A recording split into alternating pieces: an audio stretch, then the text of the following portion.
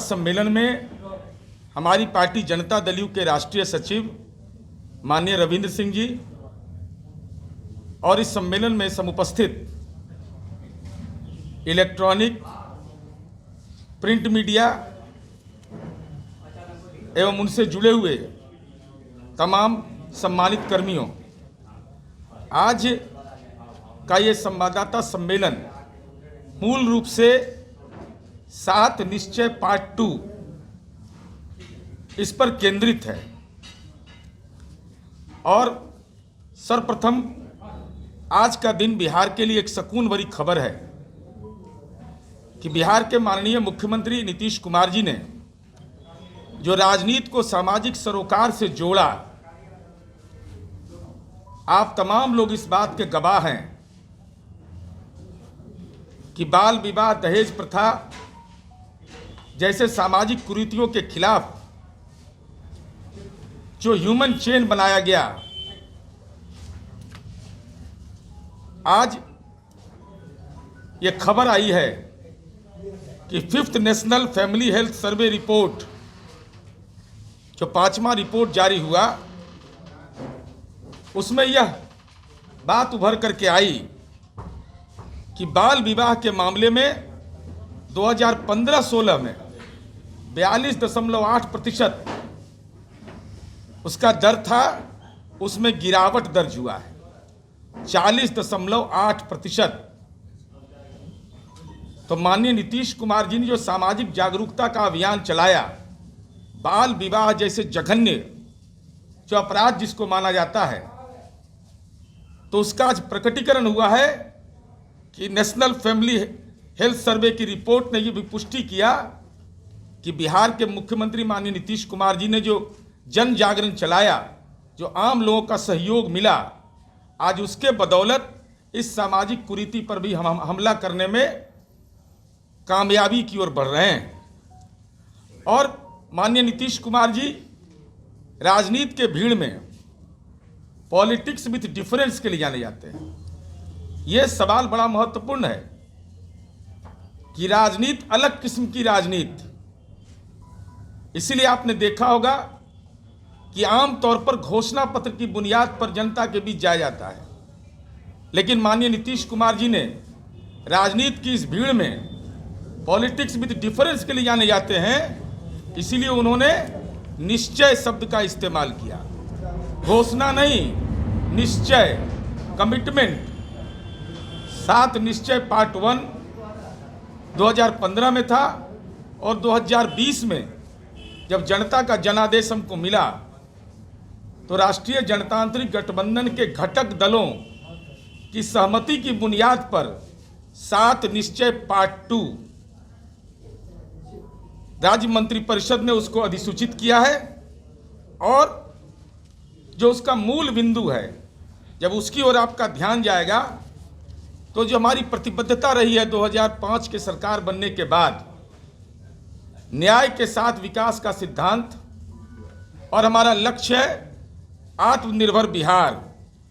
पूरी कार्य हम केवल निश्चय नहीं करते, बल्कि पूरी कार्य योजना का हम उसकी कार्य योजना बनाते हैं, उसका अनुश्रवण और उसके लिए संस्थागत ढांचा, बिहार विकास मिशन को ये जिम्मेदारी दी गई है। और साथ ही साथ हम इस बात की चर्चा इसलिए कर रहे हैं कि माननीय नीतीश कुमार जी ने एक बड़ा फैसला लिया है। जो बच्चे जन्म लेते हैं जिनके हृदय में छेद हो जाता है, ये नेशनल एवरेज है कि प्रति 1000 पर एक बच्चे जिनके हृदय में छिद्र पाए जाते हैं।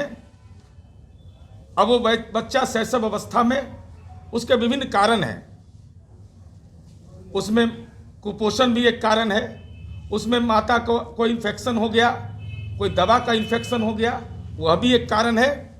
तो मानवीय आधार पर जो माननीय नीतीश कुमार जी ने निर्णय लिया, आप कल्पना करिए बिहार जैसे राज्य में जिसका जनसंख्या का घनत्व इतना बड़ा हो, निर्णय लिया कि निःशुल्क उनका हम इलाज करवाएंगे। तो ये माननीय नीतीश कुमार जी की जो मानवीय संवेदनशीलता है और तथ्यों की बुनियादी जानकारी होना, जिसके आधार पर नीतिगत निर्णय 7 निश्चय का वह पार्ट बनता है।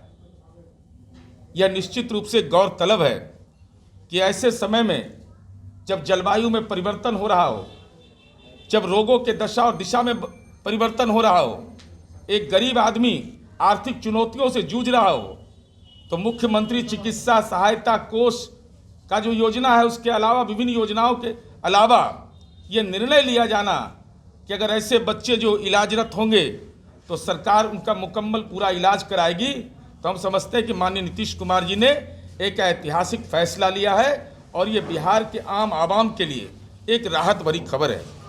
इसलिए हम लोगों ने, और जो 7 निश्चय हमारा है, इसका एक महत्वपूर्ण पक्ष है कि न्याय के साथ विकास तो है ही, समाज के सारे तबके को आच्छादित करता है। कोई ऐसा तबका नहीं जो उसके लाभ से वंचित रहेगा। इस योजना की एक महत्वपूर्ण विशेषता है। और दौर बदला है बिहार का। क्या दौर था बिहार में?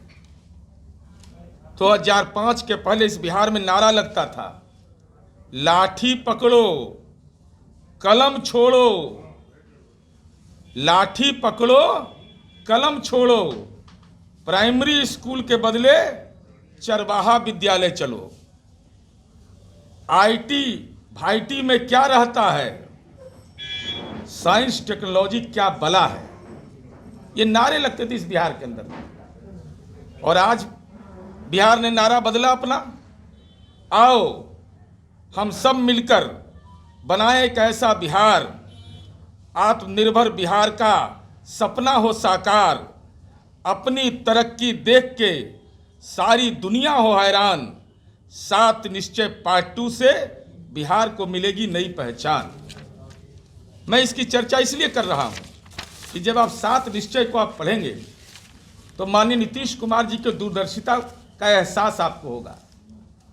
इस बिहार में आधारभूत संरचनाओं का निर्माण किया जाना तो बिहार के लिए एक उपलब्धि रही है, लेकिन अब माननीय नीतीश कुमार जी का ध्यान उसकी गुणवत्ता पर गया है।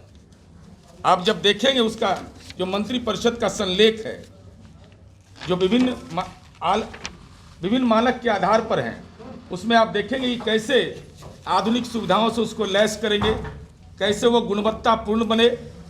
तो संस्थागत आधार बनाने के बाद उसकी गुणवत्ता एक चुनौती के रूप में होती है।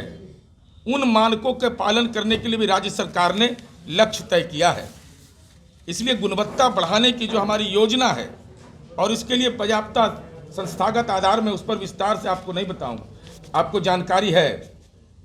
और आप ये कल्पना करिए कि बिहार जैसे राज्य में जब बिहार और झारखंड एक था तो घर घर बिजली नहीं पहुंची, लेकिन माननीय नीतीश कुमार जी की कार्यकुशलता और दक्षता देखिए, हर घर बिजली पहुंच गई। जलवायु में परिवर्तन हो रहा है, लेकिन विगत 2 वर्षों से आप एहसास किए होंगे कि बिहार के गांव के खेत खलिहान में सुखाड़ नहीं हुआ। जलवायु में परिवर्तन हुआ, असमय वर्षा हुआ, वर्षापात हुआ, लेकिन माननीय नीतीश कुमार जी ने जो बिजली की उपलब्धता सुनिश्चित किया, तो आज किसान सुखाड़ का सामना नहीं कर पाए। यह बिहार जैसे राज्य के लिए एक महत्वपूर्ण उपलब्धि है। और हमारा जो लक्ष्य है वह स्मार्ट गांव बनाने का है। अब गांव के अंदर में बुनियादी सुविधा, गली नली, पानी, इन सारी योजनाओं को करते हुए माननीय नीतीश कुमार जी कैसे दूरदर्शी नेता, इसका एहसास 7 निश्चय पार्ट 2 से होगा। कि जो पारंपरिक ऊर्जा है हमारा, सौर ऊर्जा, उस पर ध्यान गया उनका कि हम सोलर एनर्जी से गांव को खुशहाल करेंगे। और आप गांव में जब जाते हैं, आप तमाम लोग गांव से जुड़े हुए हैं, गांव की तस्वीर कैसे बदली है।